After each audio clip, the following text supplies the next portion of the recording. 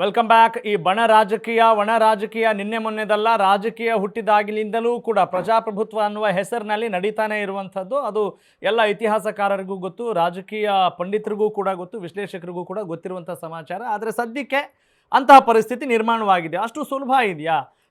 ಈಗ ನಾವು ಕುರ್ಚಿ ಕಾದಾಟದ ಬಗ್ಗೆ ಮಾತನಾಡ್ತೀವಿ. ಅದಕ್ಕಿಂತ ಮುಂಚಿತವಾಗಿ ಈಗ ಸಿದ್ದರಾಮಯ್ಯನವರ ಪರವಾಗಿ ಏನು ಮಾತನಾಡಿದ್ದಾರೆ, ಡಿ ಕೆ ಶಿವಕುಮಾರ್ ಅವರ ಪರವಾಗಿ ಏನು ಮಾತನಾಡಿದ್ದಾರೆ ಅನ್ನುವ ಅಂಶಗಳನ್ನು ನೀವು ಗಮನಿಸಬಹುದು.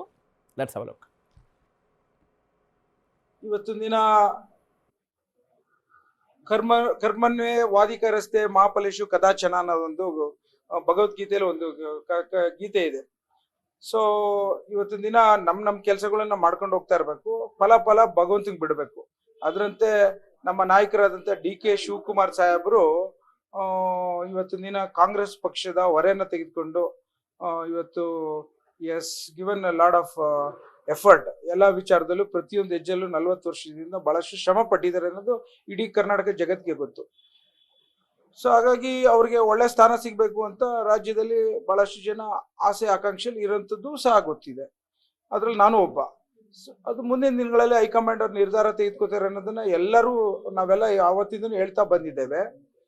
ಸೂಕ್ತ ಸಮಯದಲ್ಲಿ ಸೂಕ್ತ ನಿರ್ಧಾರ ತೆಗೆದುಕೋತಾರೆ ಅನ್ನೋದನ್ನ ಆಶಾ ಭಾವನೆಯಲ್ಲಿ ನಾವಿದ್ದೇವೆ. ನಾನೊಂದು ಅದನ್ನೇ ಹೇಳ್ತಾ ಇದ್ದೀನಿ, ಕಂಪ್ಲೀಟ್ ಮಾಡ್ತಾ ಇದ್ದೀನಿ. ಸೊ ಹಾಗಾಗಿ ಇವತ್ತಿನ ದಿನ ಹೈಕಮಾಂಡ್ ಅವರು ಅವರ ಶ್ರಮಕ್ಕೆ ಫಲವನ್ನ ಕೊಡ್ತಾರೆ ಅನ್ನೋದು ನಾವೆಲ್ಲ ನಂಬ್ಕೊಂಡಿದ್ದೇವೆ.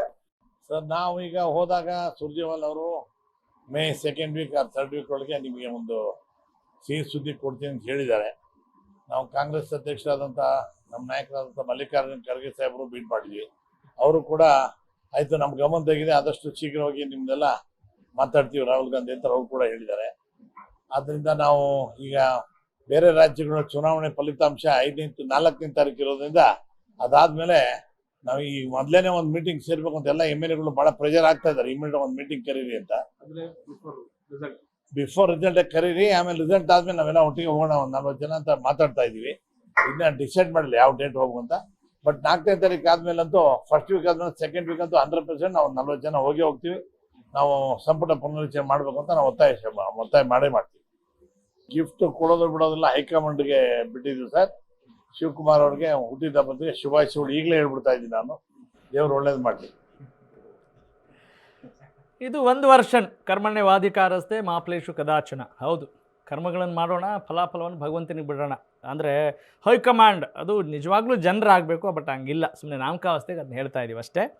ಹೈಕಮಾಂಡ್ ನಿಜಕ್ಕೂ ಕೂಡ ತುಂಬ ಪ್ರಬಲವಾಗಿದೆಯಾ ಇಲ್ವಾ, ಕಾದು ನೋಡೋ ತಂತ್ರ ಮಾಡ್ತಾ ಇದೆಯಾ, ಅಥವಾ ಏನಾದರೂ ಅಶಕ್ತತೆ ಕಾಡ್ತಾ ಇದೆಯಾ?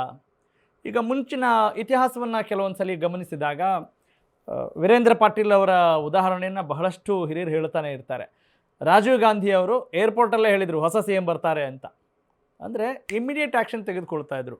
ಆ ಹೈಕಮಾಂಡ್ಗೆ ಆ ಒಂದು ಚಾಕಚಕ್ಯತೆ ತಾಕತ್ತು ಏನಾದರೂ ಕಡಿಮೆ ಆಗಿದೆಯಾ, ಅಥವಾ ಇದೊಂದು ತಂತ್ರಗಾರಿಕೆನಾ ಅನ್ನೋ ಒಂದು ಪ್ರಶ್ನೆ ಕೂಡ ಇಲ್ಲಿ ಬರ್ತಾ ಇದೆ. ಎಸ್ ಉತ್ಕರ್ಷ್, ಏನು ಹೇಳ್ತೀವಿ? ನೋಡಿ, ಒಂದು ಆಡಳಿತ ವ್ಯವಸ್ಥೆ ಅಡ್ಮಿನಿಸ್ಟ್ರೇಷನ್ ಸಂಪೂರ್ಣವಾಗಿ ನೆಲಕಚ್ಚಿದೆ. ನಿಜವಾಗ್ಲೂ ನೋಡಿ, ಬಹಳ ಸ್ಪಷ್ಟವಾಗಿ ಹೇಳಬೇಕು ಅಂತಂದ್ರೆ ಸರ್ಕಾರದ ವ್ಯವಸ್ಥೆಯಲ್ಲಿ ಯಾವುದು ಚರ್ಚೆ ಆಗ್ಬೇಕಾಗಿತ್ತು ಅದು ಚರ್ಚೆ ಆಗ್ತಿಲ್ಲ.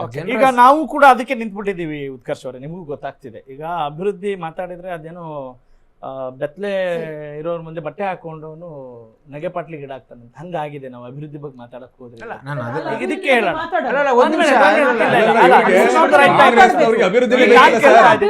ಅಭಿವೃದ್ಧಿನೇ ಬೇಕಾಗಿಲ್ಲ ಇವರಿಗೆ, ರಾಜ್ಯದಲ್ಲಿ ಅಧಿಕಾರ ಅದು ಬಿಟ್ಟರೆ ಏನು ಮಾಡ್ತಾ ಇಲ್ಲ ಇವರು. ಅಡ್ಮಿನಿಸ್ಟ್ರೇಷನ್ ಸಂಪೂರ್ಣವಾಗಿ ನೆಲಕಚ್ಚಿದೆ. ನಾಳೆ ಡಿ ಕೆ ಶಿವಕುಮಾರ್ ಅವ್ರು ಬಂದ್ರು ಕೂಡ ಯಾರು ಈ ಸರ್ಕಾರದ ವ್ಯವಸ್ಥೆ ಮುಂದೆ ತಗೊಂಡು ಹೋಗ್ಲಿಕ್ಕೆ ಸಾಧ್ಯ ಇಲ್ಲ.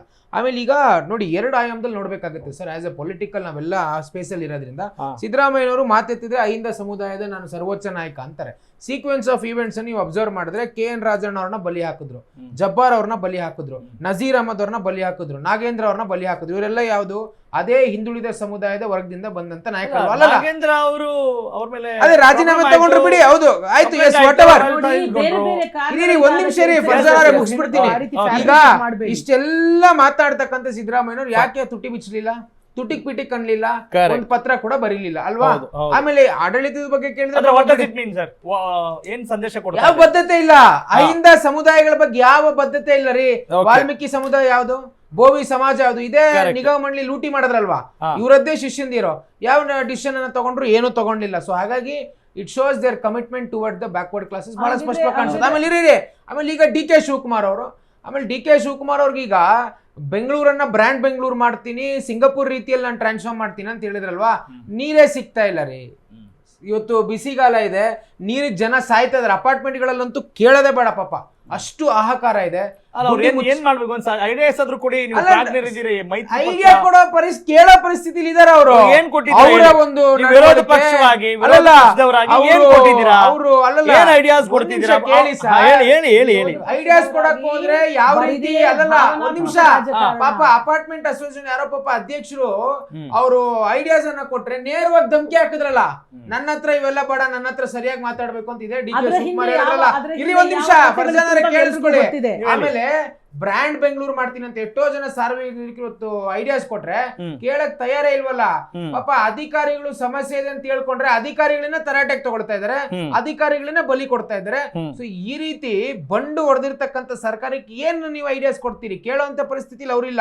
ಆಮೇಲೆ ಇದೇ ಡಿ ಕೆ ಶಿವಕುಮಾರ್ ಅವ್ರು ಏನು ಸದನದಲ್ಲಿ ಒದ್ದು ಕಿತ್ಕೋಬೇಕು ಅಧಿಕಾರ ಅಂದ್ರಲ್ಲ, ಈಗ ಒದ್ದು ತೋರಿಸ್ಲಿ ಸಿದ್ದರಾಮಯ್ಯನವ್ರ ಮುಂದೆ. ಓಕೆ, ಅಂದ್ರೆ ನೀವೇನ್ ಹೇಳ್ತಾ ಇದ್ದೀರಿ ಅವ್ರು ಕಿತ್ಕೊಳಕ್ ಆಗಲ್ಲ ಅಂತನಾ, ಅಥವಾ ಇದು ಯಾವ್ದು ಆಗಲ್ಲ, ಸಿದ್ದರಾಮಯ್ಯ ಅವರು ಮುಖ್ಯಮಂತ್ರಿ ಆಗಿ ಮುಂದುವರಿತಾರೆ ಅಂತ ಭಾರತೀಯ ಜನತಾ ಪಕ್ಷದ ವಕ್ತಾರ ಹೇಳ್ತಾ ಇದ್ದಾರೆ. ಅವರು ಅಧಿಕಾರನ ಕಾಂಟೆಕ್ಸ್ಟ್ ಅಧಿಕಾರನ ಕಿತ್ಕೊಳ್ಳದೆ ಇದ್ರು ಕರ್ನಾಟಕದ ಇವತ್ತಿನ ಆಡಳಿತ ವ್ಯವಸ್ಥೆ ನೆಲಕಚ್ಚಿ ಸತ್ತೋಗಿದೆ. ಆಯ್ತು ಓಕೆ. ಈಗ ಯಾರು ಬಂದ್ರು ಉದ್ಧಾರ ಮಾಡಕ್ಕಾಗಲ್ಲ. ಅಂದ್ರೆ ಬಿಜೆಪಿ ಅವ್ರು ಬರ್ಲಿ, ಬಿಜೆಪಿ ಜೆಡಿಎಸ್ ಅವ್ರು ಬರ್ಲಿ, ಬಿಜೆಪಿ ಯಾರು ಬಂದ್ರು ಆಗಲ್ಲ. ಅಲ್ಲಲ್ಲ, ನಾವ್ ಎನ್ ಡಿ ಅವ್ರ ಕೆಲಸ ಮಾಡ್ತೀವಿ. ಬದ್ಧತೆ ಇದೆ. ಒಂದ್ ನಿಮಿಷ. ಒಂದು ಕಿತ್ಕೊಳಕ್ ಆಗಿಲ್ವಲ್ಲ. ಆಯ್ತಾಯ್ತು. ಏನ್ ನೀವೆಲ್ಲ ಮೀಡಿಯಾ ಅವ್ರ ಕನಕ್ಪುರ ಬಂಡೆ ಅಂದ್ರಿ, ಚತುರರು ಅಂದ್ರಿ, ಸಾರಿ ಅಲ್ಲ, ಬಂಡೆ ಅಲ್ಲ, ಚತುರಲ್ಲ, ಹೇಳಿ ಸರ್. ಇಷ್ಟೆಲ್ಲ ಅಂದ್ರಲ್ಲ, ಹಾ. ಅಧಿಕಾರನ ಒದ್ದು ಕಿತ್ಕೋಬೇಕು. ನನಗೆ ಎಸ್ ಎಂ ಕೃಷ್ಣ ಸಾಹೇಬ್ರು ಹೇಳಿದಂತಿದೆ, ಡಿ ಕೆ ಶಿವಕುಮಾರ್ ಹೇಳಿದ್ರಲ್ಲ, ಈಗ ಒದ್ದು ಕಿತ್ಕೊಂಡ್ಲಿ ಸಿದ್ದರಾಮಯ್ಯನವ್ರ ಹತ್ರ. ಅಲ್ಲಿ ನೋಡಿದ್ರೆ ಮಾದೇವಪ್ಪನವ್ರು ಟಗರು ಅಂತಾರೆ, ಇವ್ರು ನೋಡಿದ್ರೆ ಕನಕ್ಪುರದ ಬಂಡೆ ಅಂತಾರೆ. ಈ ಟಗರು ಬಂಡೆ ಮಧ್ಯೆ ನಿಜವಾಗ್ಲೂ ಬಲಿಯಾಗಿರೋದು ಅಂದ್ರೆ ಕರ್ನಾಟಕದ ಸಾರ್ವಜನಿಕರು.